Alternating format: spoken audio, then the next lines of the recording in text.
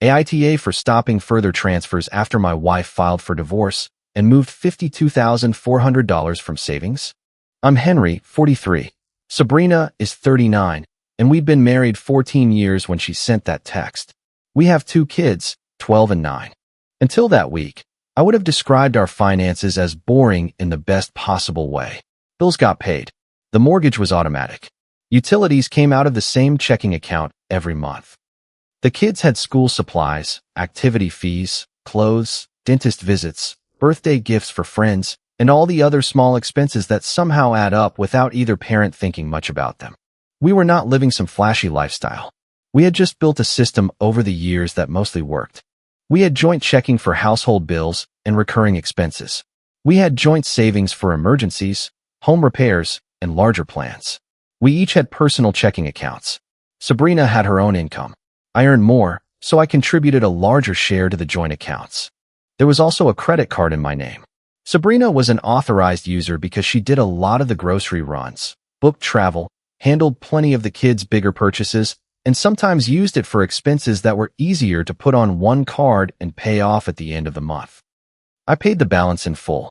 Several years earlier, when the gap between our incomes became more noticeable, I started transferring $2,600 a month from my personal account into Sabrina's personal account. The point, at least in my mind, was to make sure she didn't feel like she had to ask me for money every time she wanted to buy something for herself or cover a flexible household expense. It wasn't her only money. She earned her own income. She had her own account. It was just part of how we balanced the difference between what each of us brought in. I thought the arrangement gave both of us freedom. Sabrina eventually told me she experienced it differently. The first real warning had come about 2 years before the divorce. She had made a large purchase, and I asked her about it. I don't even remember the exact amount anymore, which tells you how little I understood the argument at the time. She said, "I don't want to have to explain every big purchase." I told her I wasn't asking her to explain every purchase. I said maybe we should just agree that anything above a certain amount should be discussed first, no matter which one of us was spending. To me, that was transparency. To her, it sounded like a rule. She said, "So now I need permission?" I said, "No. I'm saying if I spend a few $1,000s out of money we're planning around, you should know too." She stopped arguing, but she didn't look convinced. I remember thinking we had solved it because the argument ended. That was a recurring mistake in our marriage. If the room got quiet, I assumed the problem had become smaller. Sabrina often treated quiet as a temporary ceasefire. There were other things I noticed later that, at the time, seemed too ordinary to matter. At a family dinner, Sabrina's mother, Patricia, made a comment about how every woman should have money nobody else can touch. Patricia is 66. She and Sabrina's father, Walter, had a terrible divorce years ago. I knew she had struggled financially afterward, and I had heard enough stories over the years to understand that money was still a raw subject for her. I didn't argue with her. I said something like, "Having your own account is probably smart." Patricia gave Sabrina a look I didn't think much about. Another time, Sabrina asked me how much we could transfer out of our joint savings in one transaction before the bank flagged it. I was sitting at the table looking at something on my phone. I told her the daily online limit was annoying, but that larger transfers could still be handled in different ways.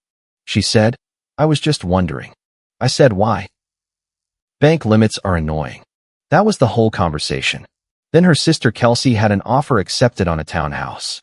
Kelsey is 34, and she had been trying to buy a place for a while. When her offer finally got accepted, Sabrina was thrilled. Kelsey thanked her several times over the next couple of weeks in a way that seemed a little excessive for normal sisterly encouragement. I assumed Patricia had helped Kelsey with something. It never occurred to me that we had. Around the same time, I noticed a few transfers out of joint savings. None of them looked catastrophic by themselves. We moved money occasionally for home expenses or to shift cash between accounts, and the balance was still substantial enough that nothing triggered an immediate alarm in my head. I asked Sabrina about one of them. She said, "I'm just moving money around." I said, "For what?" She shrugged. "I needed it in my account for a few things." I should have asked what things. Instead, I trusted that if there was something I needed to know, she would tell me. There was also one conversation that made much more sense after everything fell apart. We were in the kitchen one evening, not fighting, when Sabrina asked, "If we ever split, would you cut off my card?" I thought she was making a dark joke. I said, "Why would you still use my card if we split?" She looked at me for a second and said, "Exactly." I didn't follow up. In the last 6 weeks before she filed, she started using the card less. I saw fewer charges and assumed she was making an effort to spend less because we had talked about some upcoming expenses for the kids. She also stopped talking about longer-term purchases. Little things. A replacement sofa we had discussed. A possible family trip.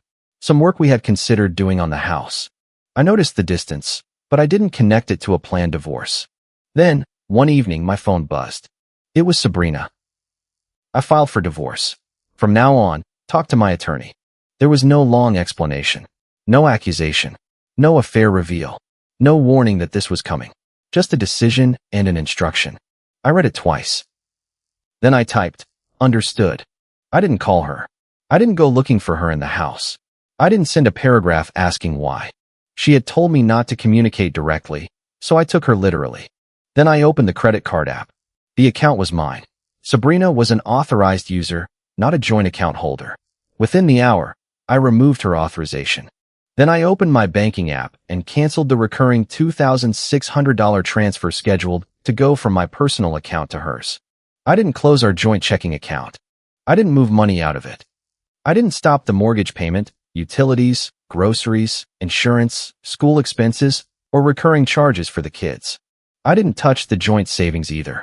At that point, I thought what I had done was clean and logical. She had ended the marriage and told me all further communication was going through a lawyer. I was not going to keep an open credit line in my name and keep automatically sending discretionary money to her personal account as if nothing had changed. I would be lying if I said there was no anger in it. At the time, though, I did lie to myself about that part. I told myself it was purely administrative. For about 15 minutes afterward, I felt oddly calm. Then I remembered the transfers. I opened the joint savings history. The most recent transfer was $18,000, moved 1 week before the divorce text. I started scrolling. There were earlier transfers too. I didn't sit there and fully reconstruct 3 months of statements that night. I just added enough in my head to realize that the total was much larger than I had first understood. The number I came to was $52,400. I checked it twice. The next morning, I downloaded the statements. I still didn't contact Sabrina. 3 days later, I got a call from a number I didn't recognize. The man introduced himself as David Shaw, Sabrina's attorney. He was professional, not threatening, not theatrical. He said, "My client says her normal financial access changed immediately after she filed." I said, "If you're talking about the card, that account is in my name." The card and the monthly transfer were part of her normal access to funds. She still has the joint checking account. There was a pause. He said, "She has told me she has been left with very limited available money." I said, "Did she tell you about the $52,400? This pause was longer. He said, "What money are you referring to?" "The money she moved out of joint savings before filing." He didn't accuse me of lying. He asked whether I had an attorney. I said no. He said, "You should probably retain one. If the joint account remained available, please preserve the statements. Going forward, financial issues should be handled in writing." That call changed my mood more than the divorce text had. The divorce text had felt like a door slamming. The lawyer's call made me realize we were now going to be arguing over what had happened before the door closed. I hired Rebecca Cole. She was 47, direct, and very unimpressed by my belief that because I hadn't emptied an account, everything I had done was obviously reasonable. Our first meeting, she asked me to explain exactly what I had changed after Sabrina filed. I told her about the credit card and the $2,600 transfer. What else? Nothing. You didn't move joint money? No. Close checking? No. Cancel utilities? No. Change anything related to the kids? No. She nodded, then said, "Don't touch anything else because you're angry." I'm not angry. She looked at me for a moment. You canceled the card within an hour. I didn't answer. She said, "Preserve records. Pay your own legal fees from your own account. Keep the normal household bills moving. Don't start moving money around to make a point. You're not in a contest to see who can make the other person more uncomfortable. I said, I wasn't trying to make her uncomfortable. Rebecca said, good. Then that should be easy to continue. She asked for statements from joint checking, joint savings, the credit card, and records of the monthly transfers. That was when I did the first full review. The $52,400 had not disappeared all at once. About $34,400 had been moved from joint savings into Sabrina's personal account over several transfers during the previous 3 months. Then, 1 week before she told me she had filed, she moved another $18,000. It was not one panic decision. It was a plan. I sat at my dining room table with the statements open and wrote the dates and amounts on a legal pad. I wasn't building some perfect case file. I was trying to understand how long my wife had been preparing to leave while I was still treating every financial conversation like normal marital housekeeping. One transfer line stood out because the destination information was different. $22,000 had gone to Kelsey. I stared at that for a while. Kelsey had closed on the townhouse recently. I didn't contact Sabrina because she had made it very clear that she wanted lawyer-only communication. But Kelsey was not my spouse, and her name was on the transaction. So I called her. She answered cheerfully at first. I said, I need to ask you about $22,000 Sabrina sent you. Silence. Then she said, what about it? Where did it come from? What do you mean? I mean, did you know it came out of our joint savings? She said, Henry, Sabrina told me you both agreed to help. I agreed to what? Her voice changed. She said you knew. I didn't. She literally told me you knew. I said, can you send me what she told you? Kelsey got defensive. Why? So you can use it against her? I am asking because my name is apparently part of an agreement I never made. She said, I already used the money at closing. You can't expect me to pull 22 grand out of nowhere. I haven't asked you to return anything. I'm asking what Sabrina told you. A few minutes later, she texted me a screenshot. It was from Sabrina. Henry knows. We agreed this makes more sense than letting it sit in savings. I read it once. Then again. Then a third time. I didn't send it to Sabrina. I forwarded it to Rebecca. That was the first moment I stopped thinking only about the money. The transfers were bad enough. I could at least understand Sabrina telling herself that marital savings were partly hers and that she was moving a portion she believed she would eventually be entitled to anyway. But using my name to convince her sister that a $22,000 transfer was something we had agreed on was different. She had not just made a financial decision without me. She had made one for me. That night, I was too keyed up to do what I normally did when I was stressed, which was order dinner and barely taste it. Instead, I made pasta for the kids. My older child asked why I was cutting vegetables so aggressively. I looked down and realized I was practically attacking a bell pepper. I said, long day. They didn't know anything about the $52,400. They didn't know about Kelsey. We had already agreed through the initial lawyer communication that the kids would not be messengers, and I intended to keep it that way. The next day, Patricia called me. She didn't bother with small talk. You left her with nothing. I said, she has her income, her own bank account. Joint checking is still open. You cut off her card the night she asked for a divorce. Yes. And stopped the transfer. Yes. You don't see how that looks? I said, did you know about the $52,000? Patricia went quiet. Then she said, I knew she was making sure she wouldn't be stranded. That told me enough. Did you tell her to move it? I told my daughter to protect herself. I know what happens when a woman waits too long. $22,000 went to Kelsey. Another pause. I didn't tell her to do that. Did you know she told Kelsey I agreed? No. Her tone sharpened, and I didn't tell her to lie about Kelsey. That was the first time I realized Patricia's involvement was not as simple as the family joining together to clean me out. She really believed she was helping Sabrina avoid what had happened to her. That didn't make the advice harmless. A day or two later, Walter called me. Walter is 68. He and Patricia had been divorced for years, and I had always gotten along with him. He was not close enough to our marriage to know every detail, but he knew Patricia better than almost anyone. He said, I heard there is a war over money. I'd prefer not to discuss the details. Fair. Patricia already discussed enough for everyone. I almost laughed. Then he said, "She taught Sabrina to expect the worst because that's what happened to her."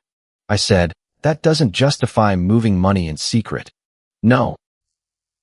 "And telling Kelsey I agreed?" "No." He paused. "Your mother-in-law taught her fear. That doesn't make the fear imaginary. I never threatened to cut Sabrina off." "No, but you did cut off the card. After she filed." "I know. She moved $52,000 before she filed." "I know that too." Walter sighed. "Two things can be true, Henry. Her moving the money was a bad look. You shutting off the card that fast was also a bad look." I didn't like hearing that, mostly because I couldn't dismiss it. Rebecca sent the bank records to David. David didn't call to apologize for accusing me of leaving Sabrina broke. He didn't suddenly declare that his client had done something terrible.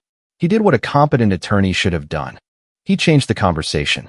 His written response said the parties needed a temporary financial structure instead of continued unilateral changes. Sabrina's explanation came through that exchange. She said the $52,400 was a safety fund. Her position was that for years, I had held more financial power in the marriage because I made more money. The main credit card was in my name, and the $2,600 transfer depended on me. She said she needed to know she could leave without having to ask me for money. I read that sentence several times. Part of me wanted to dismiss it because she had access to our joint accounts and her own income. Another part of me had to admit something uncomfortable. The fact that Sabrina had access didn't change the fact that I understood the system better. I was usually the one logging in to check balances. I paid the credit card. I tracked savings goals. I knew which bill hit on which date. I set up the recurring transfer. I never used any of that to threaten her. But when the marriage ended, I had demonstrated that I could remove two significant pieces of her normal financial life in less time than it took to watch an episode of television. That didn't make her hidden transfers acceptable. It did make the argument more complicated than I wanted it to be. The other thing in Sabrina's written response bothered me more. The $22,000 to Kelsey was described as a family loan. Rebecca asked David for documentation. There was no promissory note, no repayment schedule, no written terms. Kelsey called me again after she spoke to Sabrina. This time she sounded less defensive and more embarrassed.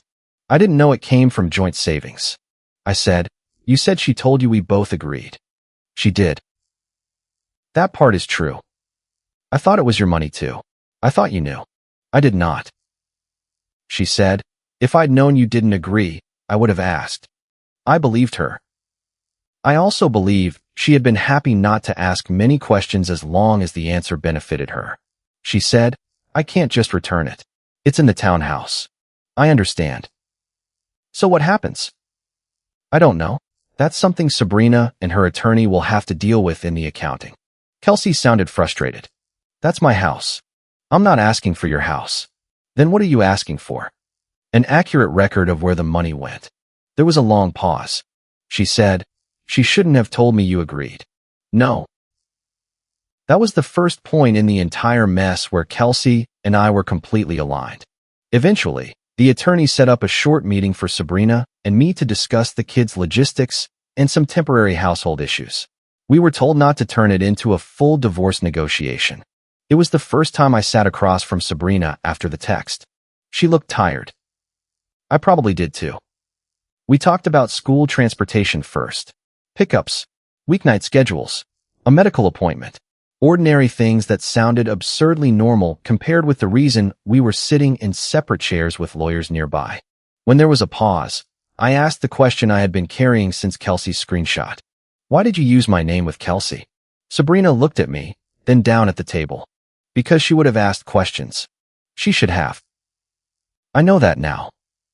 "You told her we agreed." "I should not have told Kelsey you agreed." That was one of the few times she didn't immediately attach a defense to an admission. I said, "Was it a loan?" "Yes." "Where were the terms?" "We're sisters." That isn't an answer. It wasn't meant to be formal. Then why call it a loan now? Her face tightened. "Because she is paying me back." "Was that always the plan?" "Yes." Kelsey didn't seem to know there was a plan. Sabrina looked toward David. He gave her a small signal to slow down.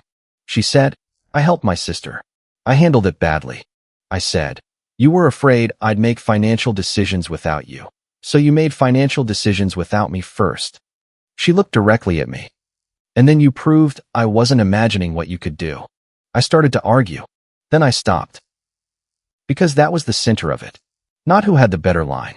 Not who moved first. Not who could make the other person sound worse. We had both acted like the person who got control first would be safer. Later in that same meeting, Sabrina explained more directly what she had been afraid of. You could turn that card off whenever you wanted. I never did. Until I filed. Because you filed.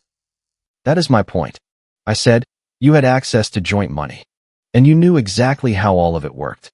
You paid everything. You knew every account. You made more. You sent me money every month. Do you know what that feels like when you're thinking about leaving? Then why didn't you ask to change the system? I did. 2 years ago, when I told you I hated explaining purchases, I suggested a spending threshold for both of us. Exactly. I sat there trying to remember that argument the way she remembered it. In my version, I had proposed a neutral rule. In hers, she had told me she felt financially subordinate, and I responded by formalizing when she needed to report spending. I said, I didn't mean it as permission. I know you didn't. That surprised me. She added, you didn't have to mean it that way for me to experience it that way.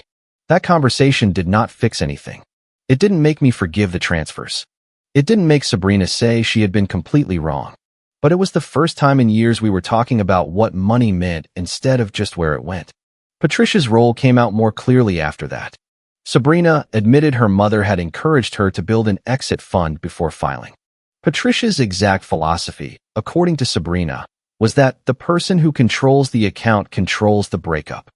Sabrina said Patricia had told her what it had been like to leave a marriage and suddenly discover she could not pay for basic things without help. She didn't make me do it, Sabrina said. She told me what happened to her, and I listened. Did she tell you to use my name with Kelsey? No. Did she know how much you moved? Not exactly. I believed Sabrina about that.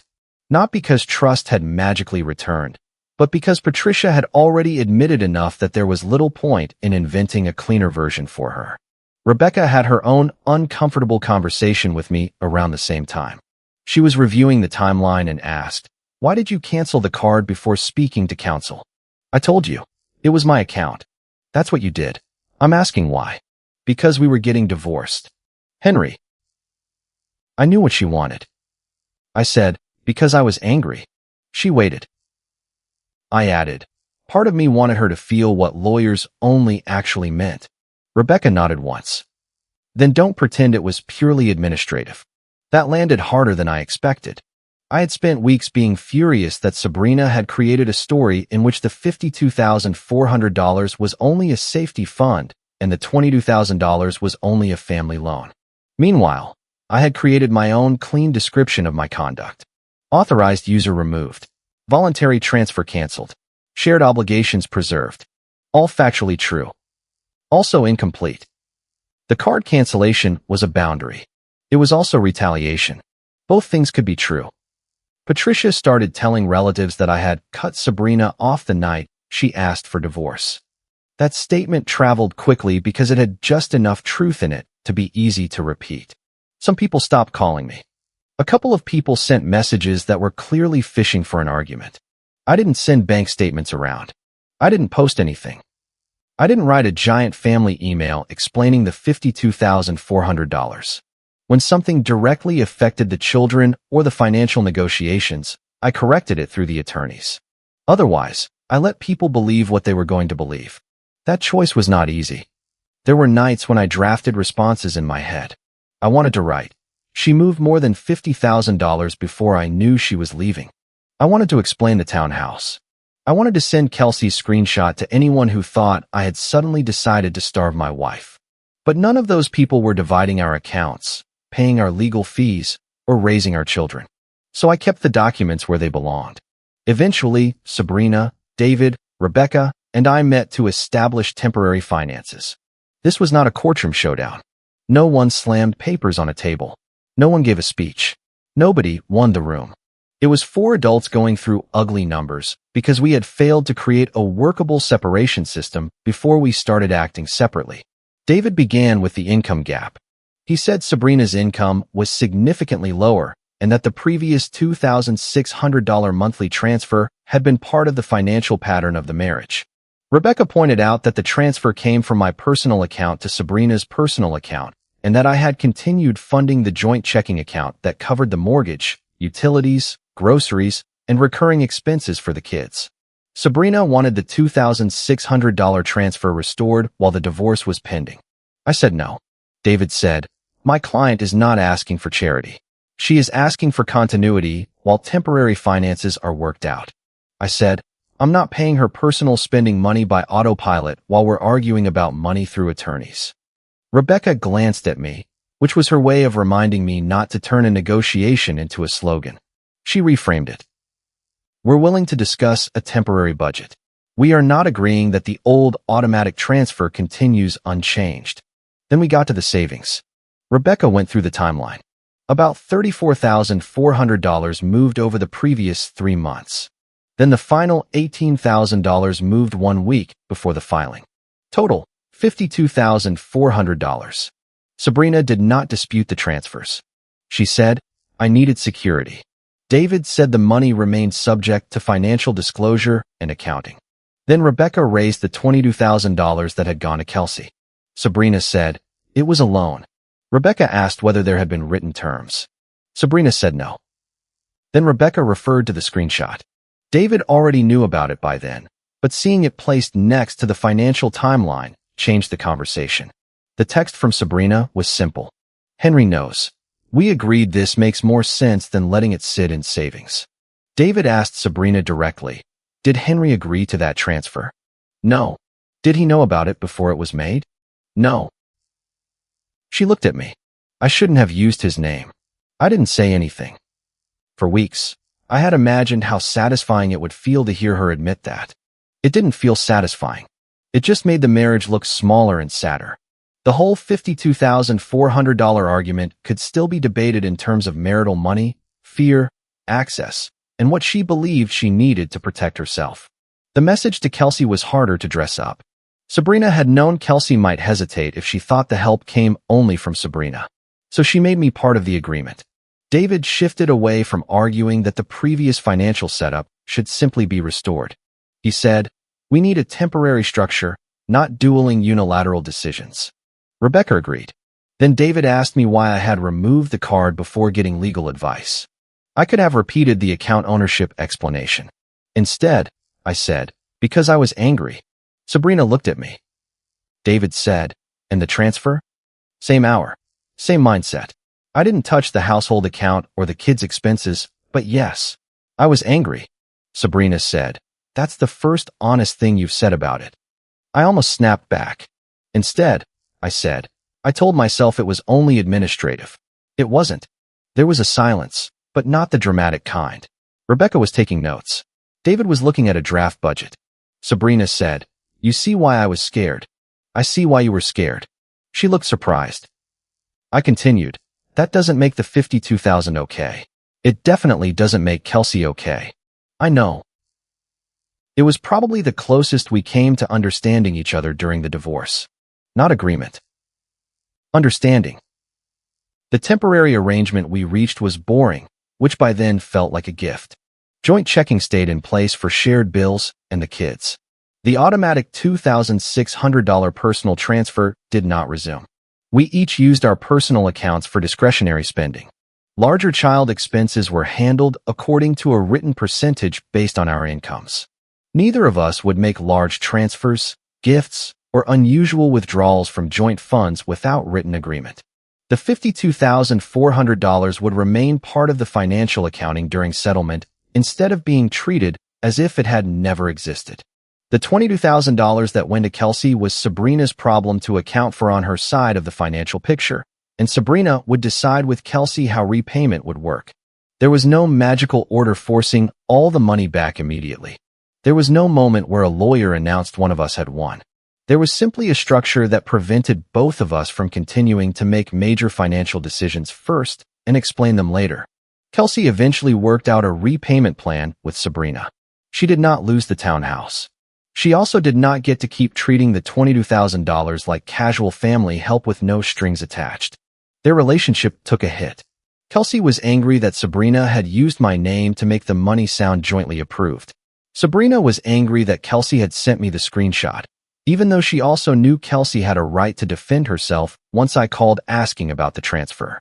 At one point, Kelsey told me, "I feel like I got drafted into your divorce." I said, "I think you got drafted when she sent you the money." She did not laugh. I did not mean it as a joke. Patricia and Sabrina also fought. I heard about some of it from Walter and some of it eventually from Sabrina in passing. Patricia maintained that the exit fund itself had been necessary. "I know what happens when a woman waits too long," she apparently told Sabrina. Sabrina's response was that Patricia had taught her to treat fear as proof. Patricia did not accept that easily. She never apologized to me, and I never expected her to. Our relationship, which had once been polite and sometimes genuinely warm, was effectively over. Some of Sabrina's relatives continued to see me as the man who cut off her card the moment she wanted out. They were not entirely wrong. They were also missing most of the story.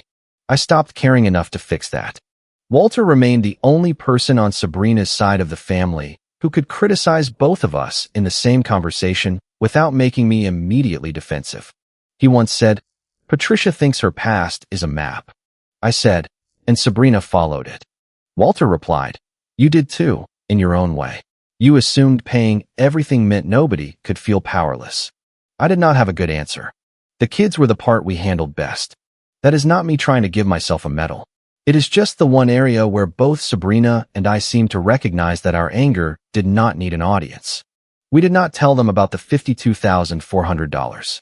We did not tell them their aunt had received $22,000. We did not use them to pass payment reminders or schedule changes. The attorneys helped us put a parenting schedule in writing. We adjusted school pickups. We split activity expenses based on the temporary agreement. If one of us had a receipt, we sent it directly to the other. The kids knew we were divorcing. They knew things were tense. They were not stupid. But they did not need the accounting spreadsheet version of why their parents no longer trusted each other. Sabrina moved into a rental of her own. For a while, I had assumed she might stay with Kelsey because of the townhouse. But their relationship was strained enough after the money issue that Sabrina decided having her own place was better. That created costs for both of us. Two households are expensive. Legal fees are expensive. Replacing shared furniture and household items is expensive. There were months when looking at what our combined lives now cost made me think about how stupid it was that we had once argued about individual purchases as if a spending threshold was the biggest financial problem we might face. The final settlement took months. The $52,400 did not magically return to joint savings in full. It was accounted for as part of the larger division. Kelsey's repayments continued to Sabrina under the arrangement they worked out. We divided other assets and obligations. Both of us paid legal fees. Both of us walked away with less cash than we would have had if the marriage had somehow ended with perfect trust and zero lawyers, which is another way of saying we walked away like normal people in a difficult divorce. I did not keep sending Sabrina $2,600 a month. She did not remain financially attached to my credit card. She built a budget around her own income, her own account, and the financial terms we had negotiated. I paid my share of the children's expenses under the written arrangement. Once everything was formal, the money actually became less emotional. There were categories. There were percentages. There were due dates. There was less room for either of us to use a bank action as a message. One of the last administrative notices I received said the old authorized user card had been permanently closed. I looked at it for a few seconds. That card had become symbolic in a way no piece of plastic deserved. To Sabrina, it had represented access I could revoke. To me, it had represented a convenience I paid for and could end when the marriage ended. Both descriptions were true. Neither had been enough to explain what the card meant between us until after it was gone. Much later, I scrolled back to Sabrina's original divorce text. I filed for divorce. From now on, talk to my attorney. My reply still sat underneath it. Understood. At the time, I had thought that was me staying calm. No pleading, no fight, no emotional mess. Just one word, followed by decisive action. Now I see something else in it. I had understood her instruction, But I had also heard a challenge that she had not actually written. Fine. Then we're done. Then I will show you exactly what belongs to me. Sabrina had done her version first. She had spent months preparing for the worst version of me, the husband who might use money to make leaving difficult. Then I reacted to her filing by becoming close enough to that version that she could point to my behavior and say, see?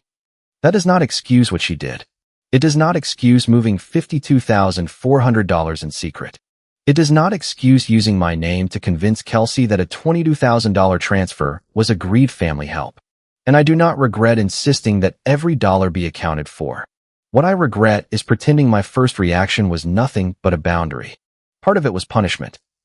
That distinction matters to me now because we still have 2 children together, and there are going to be hundreds of chances over the next several years to use money, schedules, reimbursements, and inconvenience as tiny weapons. I do not want to do that. Neither does Sabrina, as far as I can tell. A few weeks after the divorce was finalized, she sent me a message about one of the kids' expenses. I paid my share. Receipt attached. I checked it. Everything matched the agreement. For a second, my thumb hovered over the keyboard because the old reply came to mind. Understood. Instead, I typed, got it, and that was all. No message underneath the message. No reminder of who had done what. No marriage left to defend, and no financial point left to prove. Just the part we had actually agreed to do. If you like the stories, don't forget to leave a comment and support the channel by subscribing. See you in the upcoming stories.